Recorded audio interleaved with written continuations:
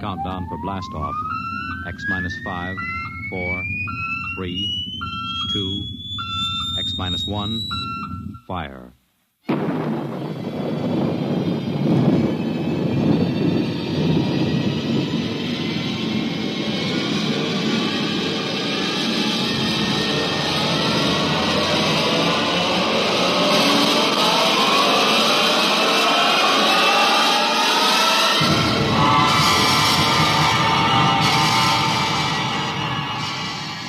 From the far horizons of the unknown come transcribed tales of new dimensions in time and space. These are stories of the future, adventures in which you'll live in a million could-be years on 1,000 maybe worlds. The National Broadcasting Company, in cooperation with Street and Smith, publishers of astounding science fiction, presents X minus 1.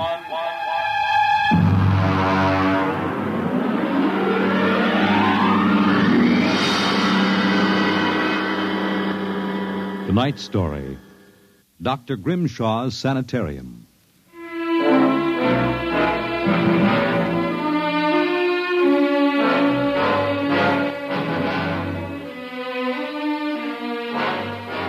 What you will hear in the next half hour represents either a magnificent hoax or the true explanation of the famous Grimshaw Sanitarium scandal which made the headlines back in 1947.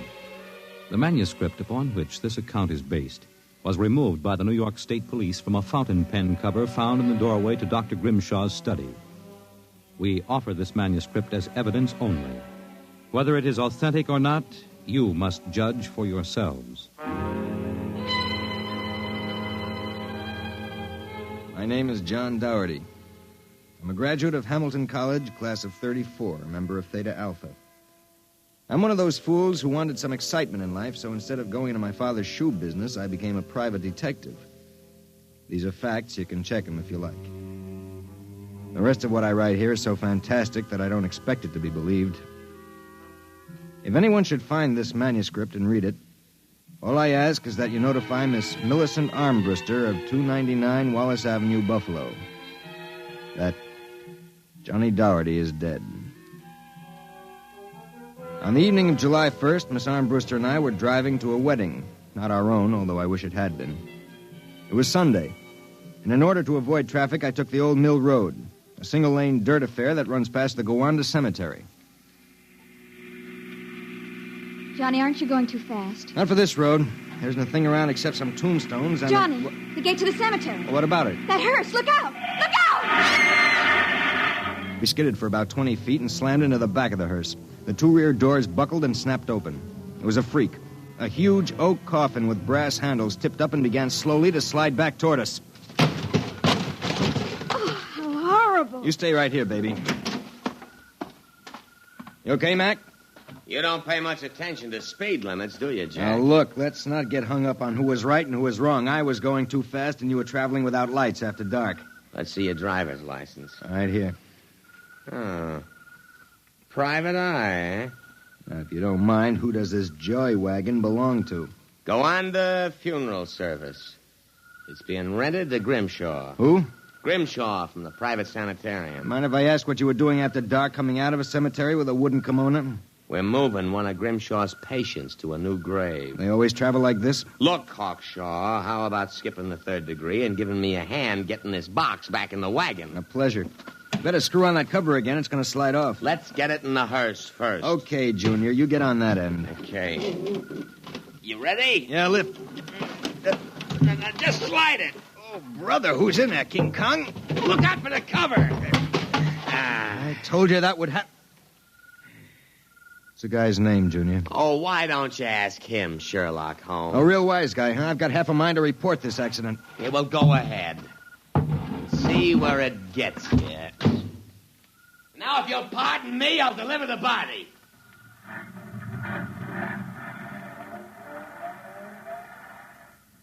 Everything all right, Johnny? I thought so until a few seconds ago. Listen, Millie, can you sit here in the car for another 5 minutes? Where are you going? For a stroll through the cemetery. Oh, Johnny, stop making jokes. When we lifted that coffin back on the meat wagon, I got a good look inside it. Ugh. Yeah, exactly how I felt.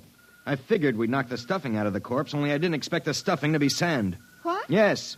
That wasn't a body, that was a dummy stuffed with sand, a dummy with a wax face. Johnny! Which brings up an interesting question.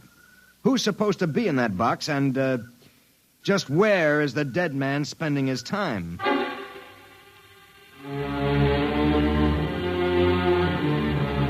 Sometimes in my business, when things drop off, you have to go out and, dig up new clients. My next case was a gentleman named Harlan Ward Sr., a wealthy automobile manufacturer. I'd gotten his name off his son's tombstone. Are you trying to tell me, Doherty, that my son Harlan was never buried at Gowanna Cemetery? Exactly, Mr. Ward. But why? Maybe if you'll tell me the circumstances surrounding your son's death, I can help answer that. My son was a rather impetuous young man. Tall, good-looking. After his graduation from Princeton, he began drinking quite heavily. After he got into a couple of scrapes, we sent him to Dr. Grimshaw's Sanitarium in the hopes that he could be cured. While my wife and I were in Europe, we received word that he died, buried at Gowanna in our absence. Last week, my wife and I decided to have his body removed to the family vault here at Short Hills. How'd your son die? Suicide. You never saw the body? No, we couldn't get back from Europe in time. Now you tell me that his coffin contains a dummy. How do I know this whole thing isn't a plan to fleece me? You don't. But you're a rich man, Mr. Ward, and you're perfectly willing to take a chance that I'm on the level and that your son may still be alive. You sound very sure of yourself, Mr. Doherty. My fee is a $2,000 retainer plus expenses. What sort of expenses? However much it costs to take the cure at Dr. Grimshaw's Sanitarium.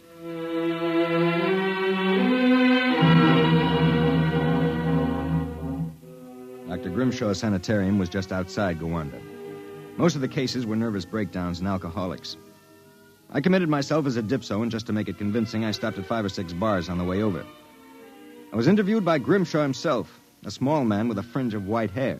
You understand, Mr. Doherty. That's not my real name, of course, social reasons. We understand. Our paid clientele is very select, and our rates are very high. You will be paid in cash and in advance, Dr. Grimshaw.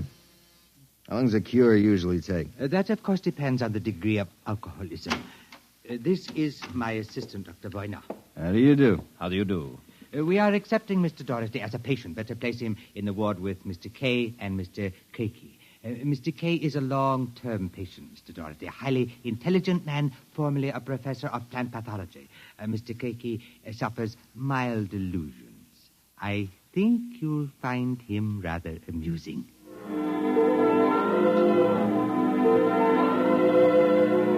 After about 3 days, my roommates Arthur Kay and Crakey got used to me. And we even began to play three-handed bridge. Kay was a chronic dope addict, an intelligent, sensitive man. Crakey was nothing but a clown. He kept a big black cat named the Professor, which he talked to as if it were human. And so I said to her, my dear Countess, if you don't like the company of my cat, then you don't like me. She looked at me as if I were insane. But, of course, the joke was on her because I was. Professor? The professor is very sociable. Excellent company. Except when he kills birds and deposits them in your bed. He's nothing but a feline murderer as far as I'm concerned. Ah, see? You have insulted him, Mr. K. Come here, Professor. Let's make friends. How about giving me your paw? Oh! Scratched me, you black devil. You insulted him. You hurt his feelings. Well, just keep him away from me. It will be a pleasure. I would advise you not to insult him again. Good afternoon and evening. Is he always as nuts as that? Ever since I've been here. What's his problem? Manic depressive. And a little paranoid, too. How long have you been here, Arthur? At Grimshaws, 2 years. I left for a while, but I couldn't stay away from the junk, so I committed myself again. Did you, happen to know a patient here named Harlan Ward? Why do you ask that? Did you know him? I met him socially a few times. I understand he died here. So the newspapers said. I wouldn't know. Suicide, wasn't it? Was it? You're being pretty careful, aren't you? Mr. Doherty, what would you say if I were to tell you that I don't believe Harlan Ward is dead? What? makes you so certain? He used to share this room with us. He slept in the same bed you now use. I see. He was an alcoholic, doing quite well, too. From what I could observe, we all expected him to go home soon. Then one evening he had a violent fight with Crakey. Crakey accused him of snooping or something. Later that night, Grimshaw and Voyner took him out. Where? Where they take all the special treatment cases to the charity clinic. It's that small building on the other side of the stone wall. A few days later, we read about his death. Suicide, they said. Just what makes you think he's still alive, Arthur? This? About a month ago, I was in the garden next to the wall that separates us from the charity clinic. Suddenly, I thought I heard a sound, like a child whimpering. It stopped. And a moment later, this note came over the wall, wrapped around a stone. What's it say? Help me, for God's sake, Harlan Ward. Arthur, how would you like to have some fun? Like what? Like sneaking out tonight and going over the wall to the charity ward? What do you say? It would break the monotony a little. I suppose there's no real harm in it. Of course not. I'd go alone, but I'll need help scaling the wall. Will you do it? All right. I'll go with you.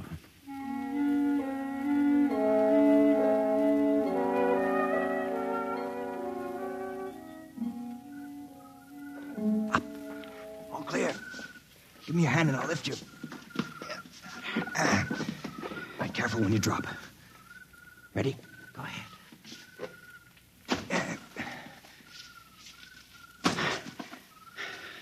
There's a charity building over there, the one with the lights in the basement window. Come on. Let's crawl over. Maybe we can see something. Shh. Listen. Can you make out what he's saying? No, I can barely hear. Good Lord. What was that? Probably some patient having the DTs. Let's have a look. Easy, it wouldn't do to get caught now. See anything?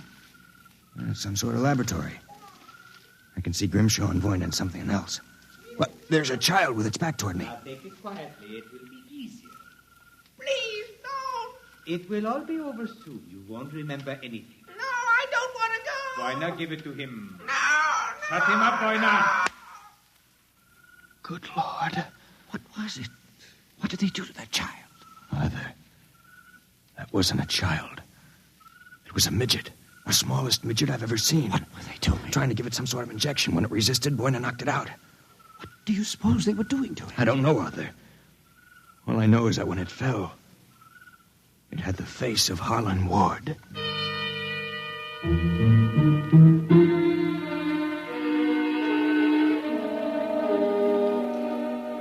All the way back to our room, my brain was working like some frantic pinball machine. Only the score somehow wouldn't add up. The pieces were there, all right. A crazy old doctor, a brutal assistant, a private sanitarium, and a midget with a dead man's face.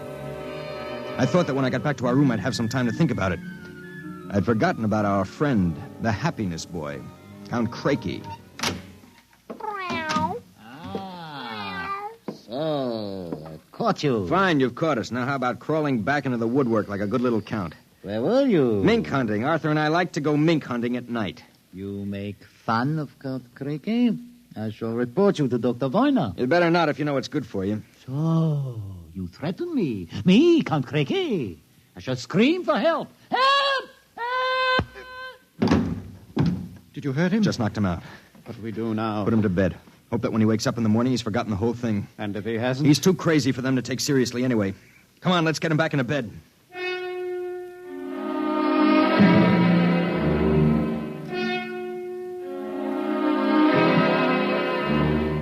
I went to sleep in my own room. And the next thing I felt was the sharp jab of the hypodermic needle in my left arm. Hold it. It'll be useless to struggle, Mr. Doherty. In a moment, your motor nerves will be completely paralyzed. What's this about, Grimshaw? I might ask the same of you. My good friend Count Crakey informs me you and Mr. K decided to do some snooping earlier tonight. He followed you and saw you climb the wall. Crakey's insane. Mr. Doherty, that is a matter of opinion. Crakey, what is this? Perhaps my assistant, Dr. Grimshaw, would be good enough to explain. Assistant? Yes.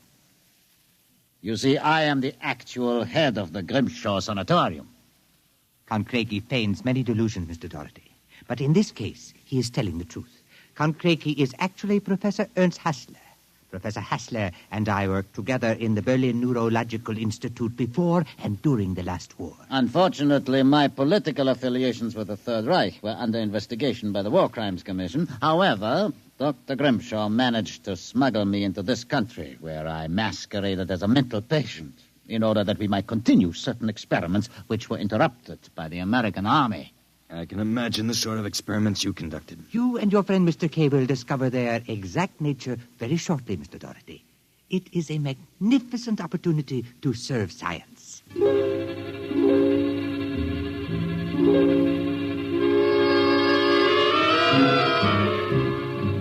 passed out.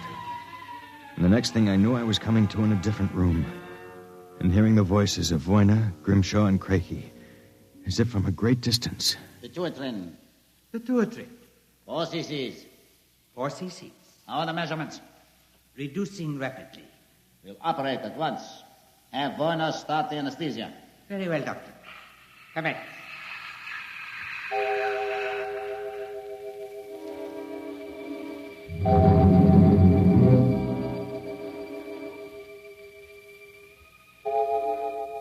When I came to again, I had a blinding headache.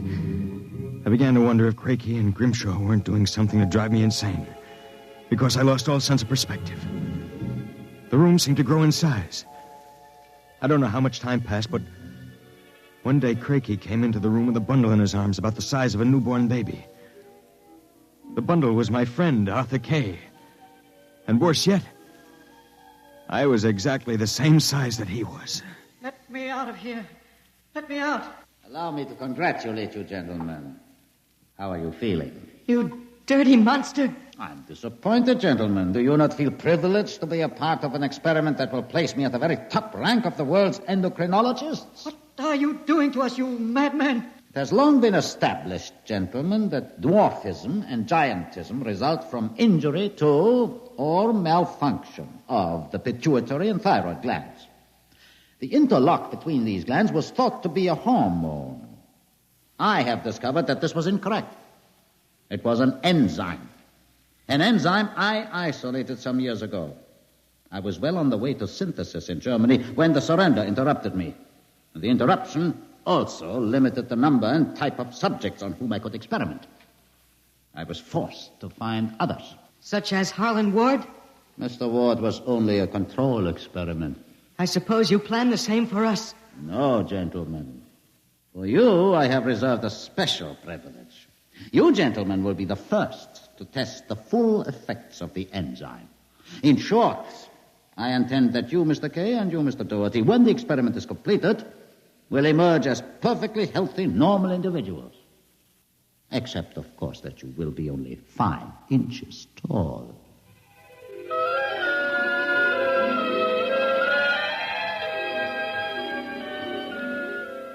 The days and nights that followed were a living nightmare. A nightmare from which Arthur and I awoke for brief periods to find ourselves in a strange new world. A huge, frightening world where everything seemed enlarged 100 times.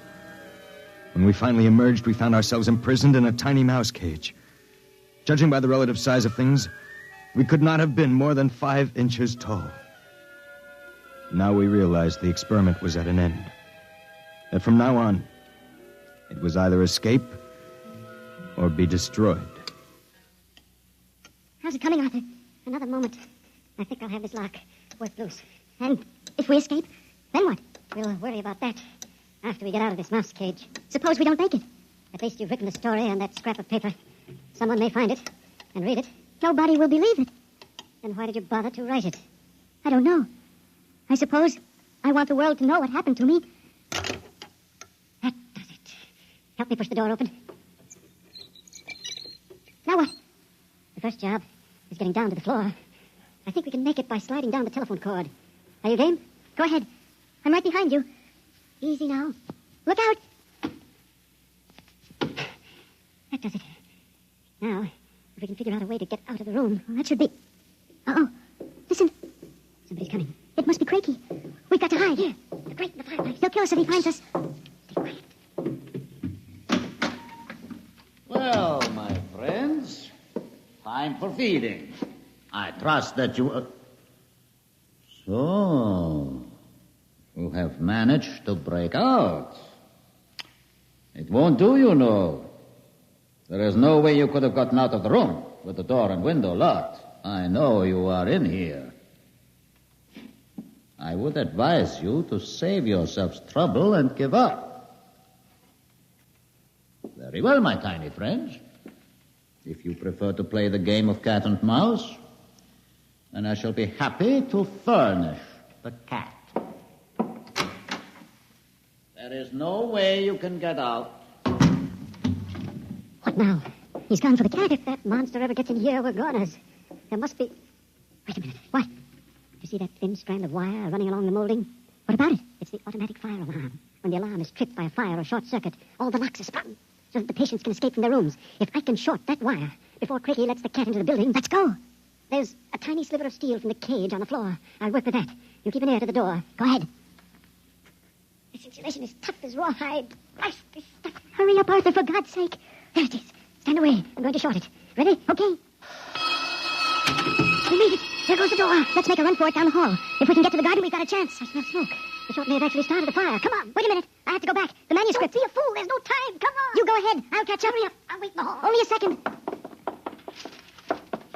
I've got it. Come on. There's nothing to stop us now. Arthur? Where are you? It's funny. Arthur? Arthur? Arthur, what's happened to you?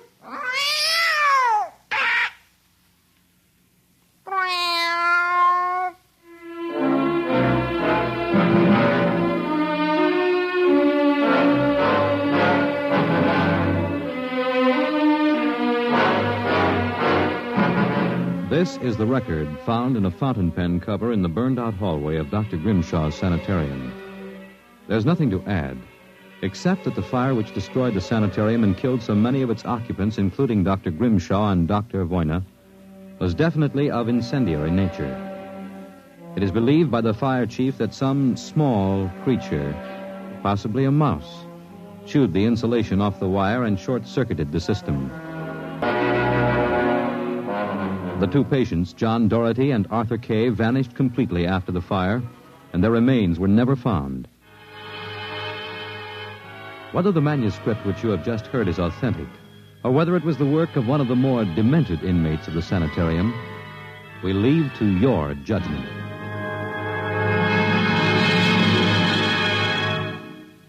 You have just heard X-1, presented by the National Broadcasting Company in cooperation with Street and Smith, publishers of astounding science fiction.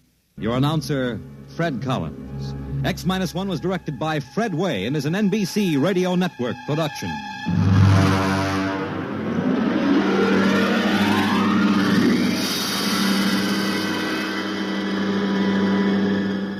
X-1